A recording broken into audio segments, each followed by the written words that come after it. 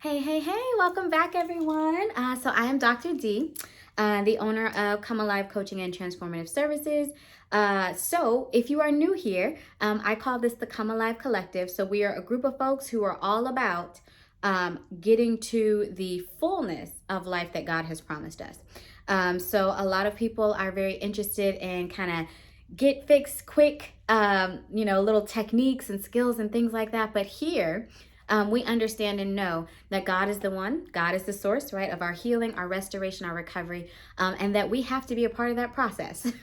So we can hear all the words from on high, but we have to make sure to be walking in them and doing the things that we have been called and asked to do so that the healing can be ours and the restoration can be ours. And so that is what we talk about here. I share tips, I share techniques, I share my personal testimonies, I share anything that God asked me to share in the attempts to help folks feel better and just live a more rich and fulfilling life. And so welcome if you're new, welcome back if you are not new, and everybody who's watching this video, I now deem you all a part of the Come Alive Collective, so welcome home. All right, so today, as you can tell by the title, we are talking about recovery. And for those of you who don't know, my own journey started essentially in 2018. So life turned upside down for me in 2018. I went through the process of a divorce. Unfortunately, my ex-husband was very unfaithful, come to find out. I changed jobs, I moved, everything in my life was one way one day, completely different the next. I was upside down. I did not know what to do, where to go. And life really had me in a place where I just didn't see the hope. I didn't know how things were going to right themselves. I didn't know how things were going to change. I didn't know how things were going to feel better. And even though I knew of God, I didn't necessarily have a relationship with God, which were two very different things. And so God really set about the work of restoring me, renewing me. Life now looks completely different than I ever would have imagined for myself in an amazing way. And if you would have asked me 2 years ago, 3 years ago, even with, as most of you know, I'm a doctor of psychology, even with degrees and skills and tips and coworkers and colleagues and all this stuff, all these things, that theoretically should have had things be just perfect for me. I should have been able to recover, snap back, no problem. If you had asked me years ago if life would look the way that it does now, I would never have seen it. And that is all thanks to God, for sure. And so if you are in a place where you're struggling, where you're not sure where to go, where you're not sure why God let this happen to you, or how someone could have treated you this way, or how you're supposed to come back from this thing, or how life is ever going to the ship is ever going to get righted, so to speak. If you're not sure where to go, where to start, if you're not sure what God has in store for you, then you are in the right place, because I consider it my personal work, mission, and blessing to be able to not fix, heal, or restore you, but to point you to the one who can. Because again, if it weren't for God, there's no way I would be where I am today. So let's jump in. So the title of this video is Coffee and Recovery. And you're probably like, what? What does that mean?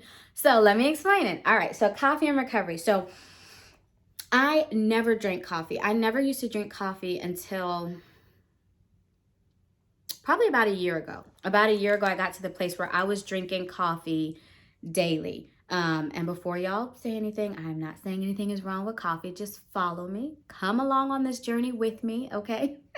Hang in there. So I used to drink coffee. I never drank coffee. About a year ago, I started drinking coffee. I drank it every single day.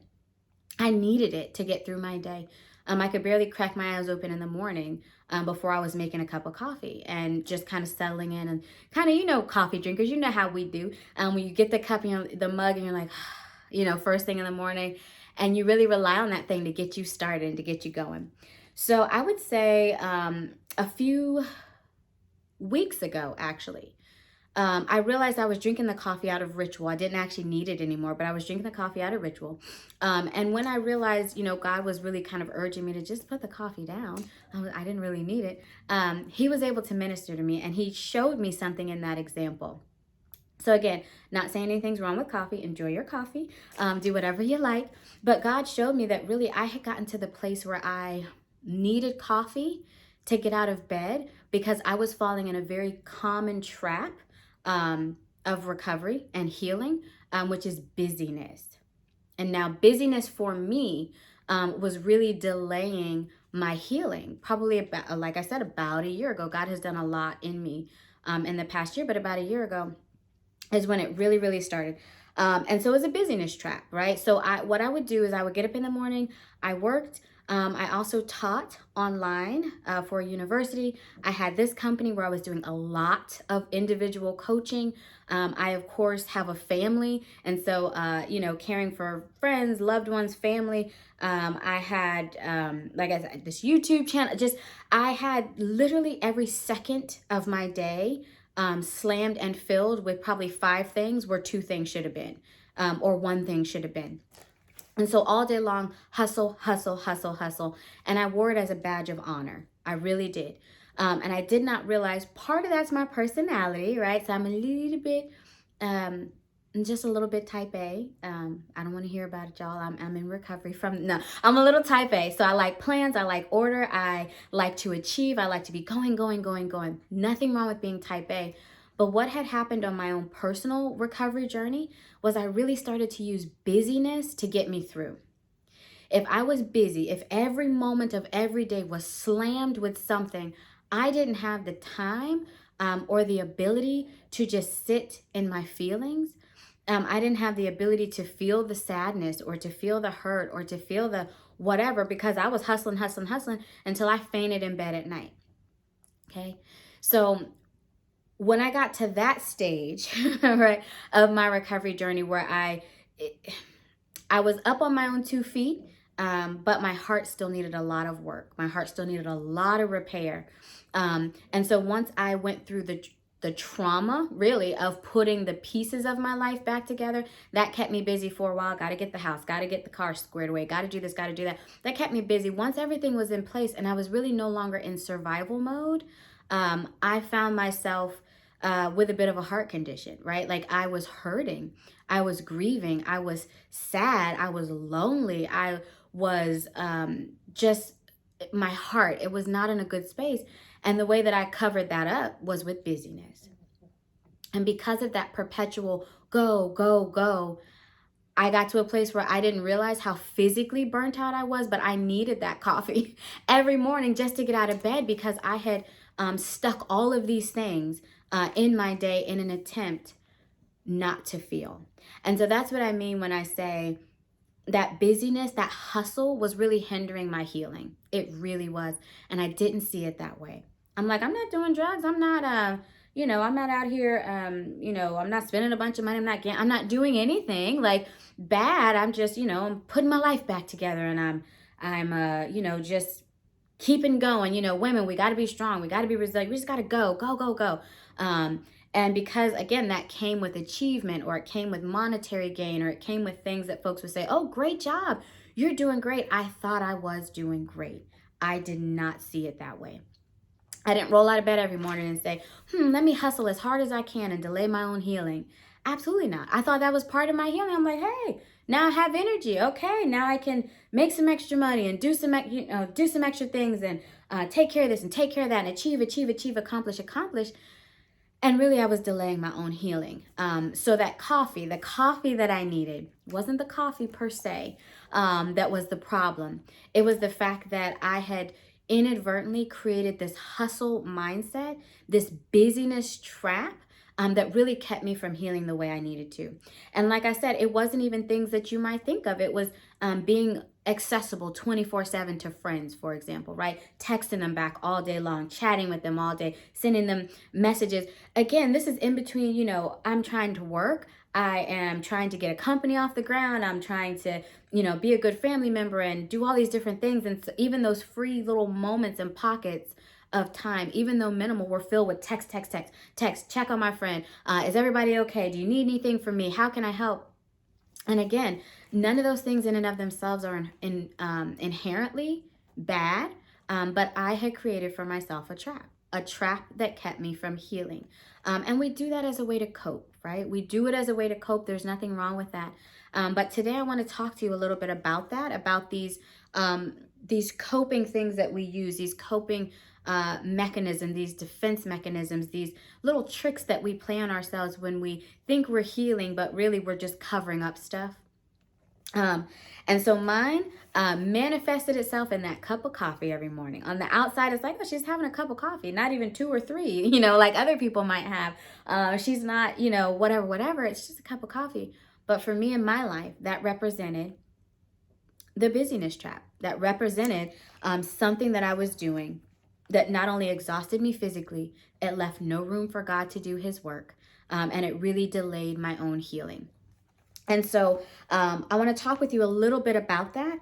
So when we do those things, when we are just kind of running and doing and striving and just filling our day with anything that we possibly can, and even if it's not that, perhaps it is food or drugs or alcohol or gambling or even YouTube videos. Maybe you're making a YouTube video day in and day out and day in and day out for connection with folks, or to, you're checking your emails, you're messaging folks, you're on social media. Maybe that's your trap, right? That keeps you occupied so you don't feel what you need to feel to heal, right? When we do that, we're doing a few things. So the first thing is we are acting and serving as our own gods. And that sounds really harsh, but let me explain it. So God is really the source of our healing. He's the source of our restoration. He sustains us. He maintains us. He can provide everything that we need, right? In Philippians 4:6-7, it says, "Be anxious for nothing, but in everything by prayer, supplication, with thanksgiving, let your requests be made known to God. And the peace of God, which surpasses all understanding, will guide your hearts and minds through Christ Jesus." So God can give us anything we need, including food, right? Clothes, money to pay those bills, a spouse or significant other, a home, a job, whatever we need, he can provide it. But when we set about trying to drive the ship of our own healing, right? When we set about ignoring what he's trying to do in our hearts, when we set about putting band-aids over things, what we're really saying is, God, I got this. I got this. I know my heart might be a little raggedy, right? It might have a little bit of a condition right now, a little syndrome from what I've been through, but I'm fine, right? Oh, that doesn't impact me like it would impact others. I'm fine. Are you? Are you? Because you're still human, right? And so when we do that, when we say, you know what, I'm fine, I got it, I got the answers, I'm going to drink this away, I'm going to smoke this away, I'm going to work this away, I'm going to sex this away, I'm going to spin this away, I got it, right? When we say that, we're actually, without realizing it, acting as our own gods. We're saying that I see the situation, I've assessed the situation, and I know the best way forward. And we don't. I hate to tell you, even little old me, with my little old degrees and everything else, I don't know the best way forward, right? But God does. God does. And if you ask him, he'll tell you. He's not a secret keeping God. He'll tell you what he wants you to do and how he wants you to do it. And he'll give you what you need. But we have to stop acting like our own God. We have to stop saying, I got this. I got this. I know what's going to fix this. I know what's going to make me better. Because in doing that, sometimes we delay our own healing. And like I said, I'm like, oh yeah, I got it. I'm just going to achieve, accomplish, work, make money, hustle, grind, excuse me, all of those things. And I didn't realize I was delaying my own healing, y'all. So let's not do that. Let's not act as our own gods. The other thing we don't realize we're doing when we start putting those band-aids over top of everything is we are actually creating a constant stress state. And so what I mean by that is when we are constantly having to assess the plans in our own world, figure out the way forward, figure out the steps forward, do the steps forward, maintain it. Like when I'm working, I'm working, I'm trying to do this job and that job. I got to pay the bills. I got to take out the trash. I got to do this. Everything is on me. I am putting everything on my own shoulders. I'm trying to take care of everything and accomplish everything. And I have a God. I have a God in heaven who can take care of so many of these things for me, who's saying, you know what? Take my yoke, right? It's easy. Relax. But I'm like, no, I got it. And I'm like spinning and like sweating and shaking. from the stress. But we create a constant stress state in our minds and our bodies by trying to do everything on our own, by trying to not feel what we're feeling. And then it does creep up. And then I got to put a Band-Aid over it. And I got to hold that Band-Aid down tight, right? I got to make sure nothing comes out. Oops, a little bit spilled out. Now I got to clean that up. All day and all night, we are just in a constant state of stress and wonder why we feel so exhausted and we never feel good. But when we're doing that stuff, when we're being busy, when we're constantly reaching out to other people, when we can't ever sit down and be quiet, when we're overworking, over drinking, overspending, overeating, so forth and so on, anything we can do to not feel what we need to feel, we're creating for ourselves a constant stress state, because those things are temporary fixes, which means I got to keep pouring them on and pouring them on and pouring them on, right? I got to keep constantly feeding whatever this thing is to keep it managing my mood or what I don't want to feel. And then I get no rest. Okay. So that's not great. We need rest, right? Psalms 127:2, for any of my overworkers out there, for any of my folks who just toil and toil and toil. In vain, it says, in vain you rise early and stay up late, toiling for food to eat. And it says, for he grants sleep to those he loves. And there are so many scriptures in the Bible. There are so many examples in the Bible of Jesus. Jesus was constantly away. They're like, and Jesus went away, and Jesus was by himself, and Jesus was resting. God does not want us so full of stress and anxiety and toiling and taking care of everything ourselves, so much that we can't ever hear from him. We can't just sit with him. We can't commune with him. How, when we can't turn our minds off? How, when we're constantly spinning, trying to keep all of our little vices and Band-Aids in place, working, overworking, sleeping, eating, drinking, watching TV, reaching out to friends constantly, all these things that we do, even if we don't think they're that bad for us. That is not what God wants for us. He wants us resting. He wants us to have peace. He wants us to be able to heal. And when we don't attend to our injuries, when we don't realize what's going on with us because we're so busy, that's not helpful. It's simply not helpful for us. So when we do this stuff, we are acting as our own gods, right? We're putting ourselves in a constant stress state. And you're trying to heal while you're inflicting the same pain on yourself. So think about it this way. So for example, one of the things that I did when I was super just busy, hectic, hustling, just going, was I was hurting myself in the same way that my ex-husband had hurt me. Okay, so think about this. So he, in his actions and his behaviors, basically was telling me that I was not good enough, right? As I was, right? That there was something else that was better, something else that was more fulfilling. But me as I was, it was not enough, right? That I had to perform, or I had to be more. I had to do something to sustain his attention, or blah, blah, blah. I'm not even going to try and get into what his mind may have been thinking. But then me, by going out and achieving, I didn't realize it at the time. Part of what I was doing was convincing myself that I was, right? That I was capable, that I was brilliant, that I was kind, that I was giving, that I was worthy of love, or any of those sorts of things. By, how can I help you? What do you need? How can I help you? What do you need? Do you need some coaching? Do you need some just kind of constantly, I was hurting myself in the same ways, and I didn't even realize it, right? Hanging my sense of worth on what I could do for other people, hanging my sense of worth on performing for other folks, or whatever the case may be. And so a lot of times the vice that we reach for, the thing that we're doing, whether it be overworking to achieve so that you feel good about yourself, or whether it be spending a bunch of money you don't have so that you can present yourself a certain way, or whatever the case may be, if we pull on the thread of that Band-Aid that we're using long enough, we can usually find that we're doing those things in some way to kind of combat or overcome the pain that we're feeling because of what we have been through. And so in that way, we're hurting ourselves in the same way that we need to be healed, right? When we use those defense mechanisms and those coping skills and all those sorts of things, so to be very mindful about what we're doing.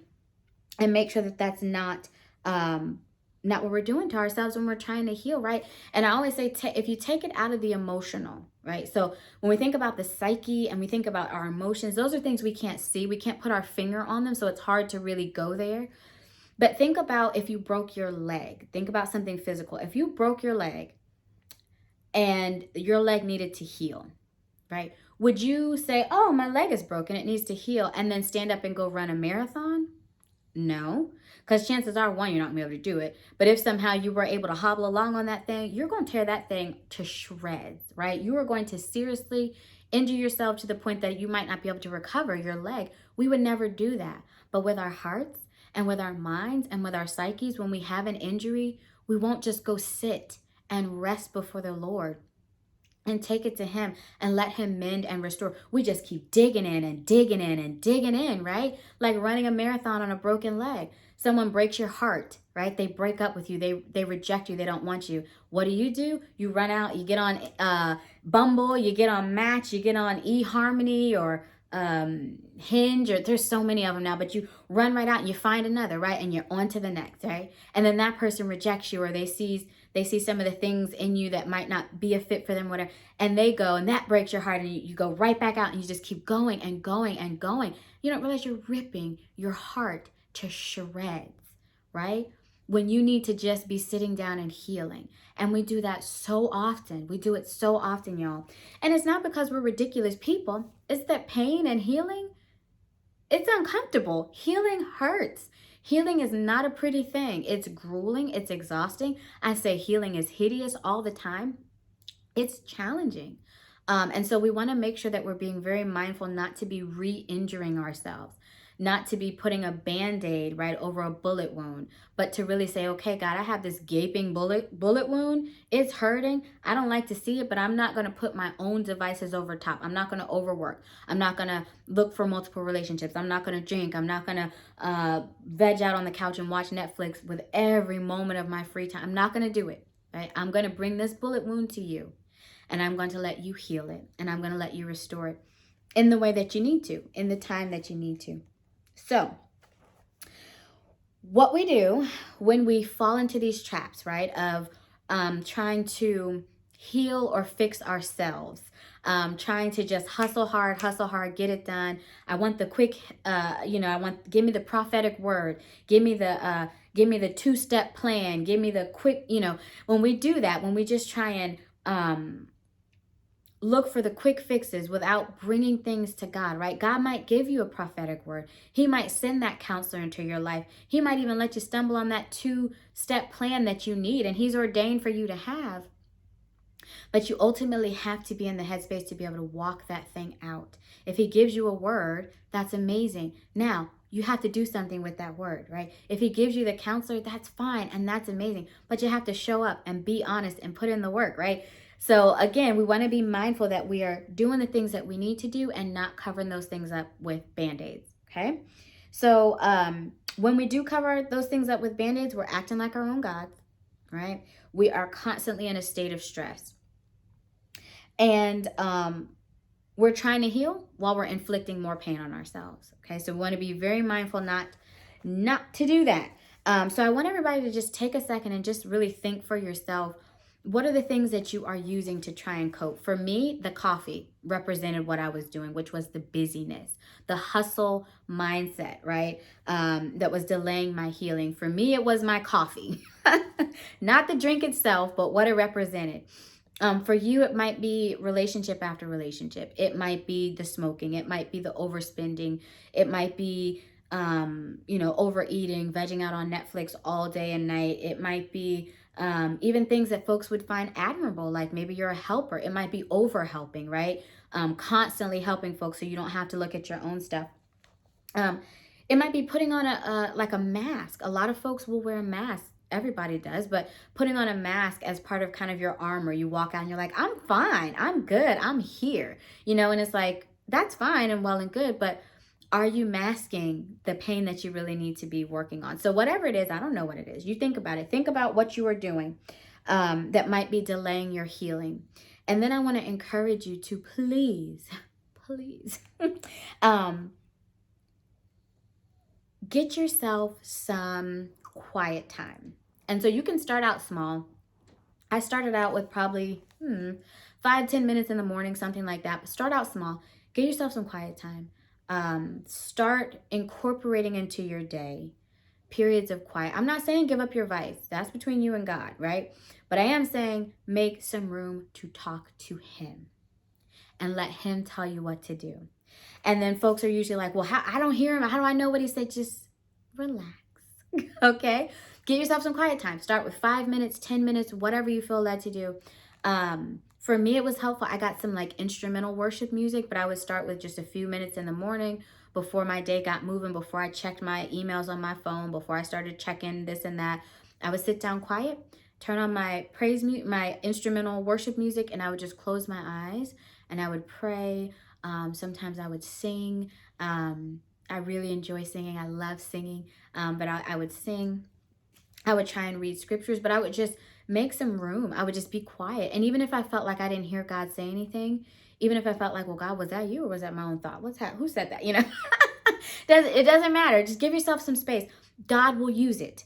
God will appreciate and he will see that you are giving him the space and the invitation into your world.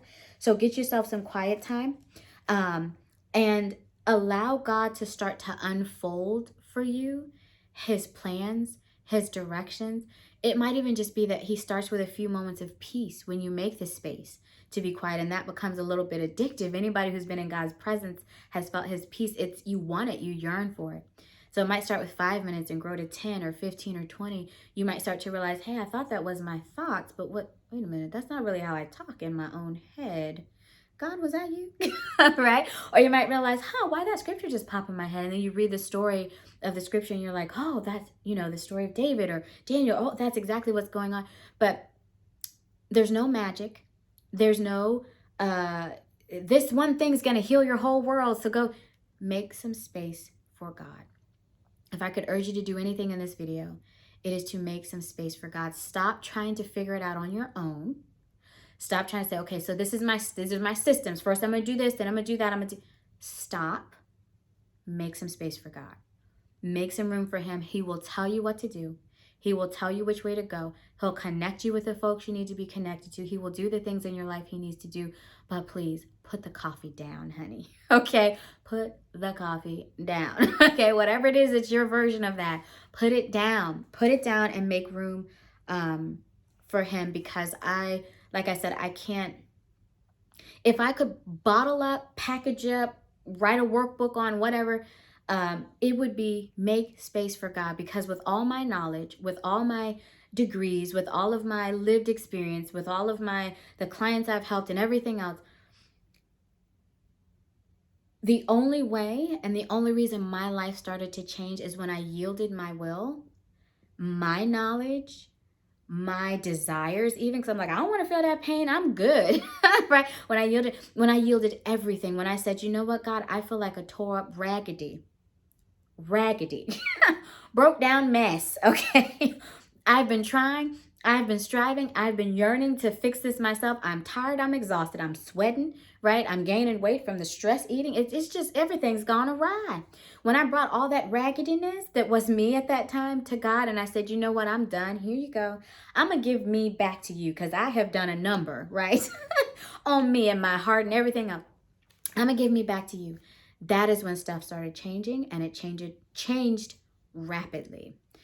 So all those years of striving, all that money I spent on workbooks or different techniques that I know have helped people, or I'm going to get the green smoothies, I'm going to do the yoga, I'm going to do all these plans I had for myself. When I sat my tail down and let God do what he needed to do, it changed. So if there was any get healed quick scheme I could give you, if there was anything that I can say, do this thing and it will change your world, this is the thing. Get in front of God. Make room for him. Open your heart up to him. Bring you to him, even if you feel like it's a raggedy, broke down mess, right? Because of everything that you've been through.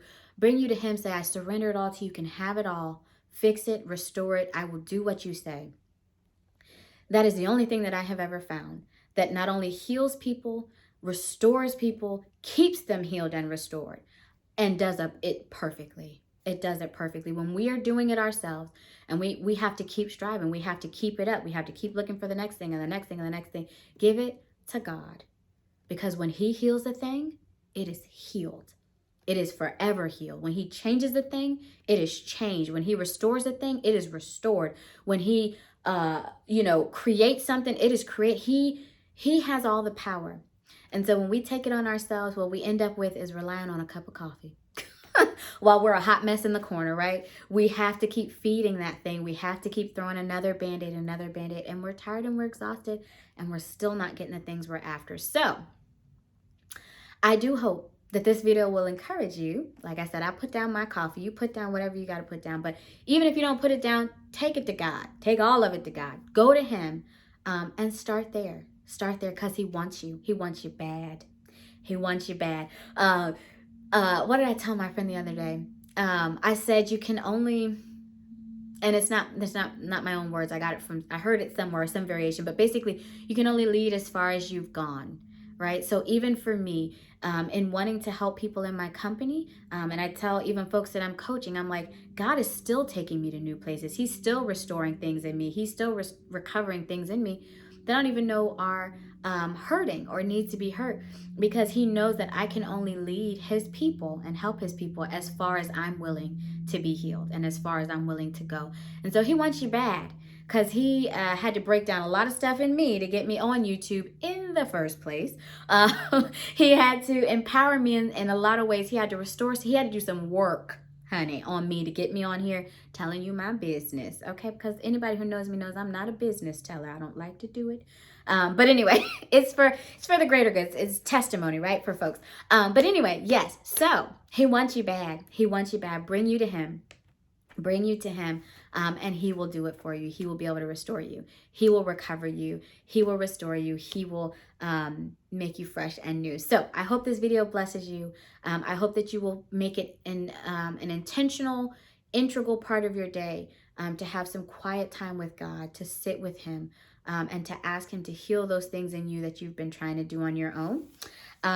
So I hope this blesses you. As always, you've got this because God's got you. If you need me, my website, www.comealiveservices.com. Pop on there. I have a contact form. Feel free to email me. What else? I'm also on Instagram, Facebook. I do a little less on there, but feel free to follow me on Instagram and Facebook. I'll put the link below if you want some good old inspirational posts and things like that every now and again. And yeah, I have a workbook on my website if you want to take a look at that. But otherwise, I'm here. I'm going to do my best to get videos out as the Lord says so. But I hope this helps you in your journey. I hope that your recovery journey is beautiful. I hope that you are soon to have the life that God wants you to have. So I love y'all, and I will talk to you next time.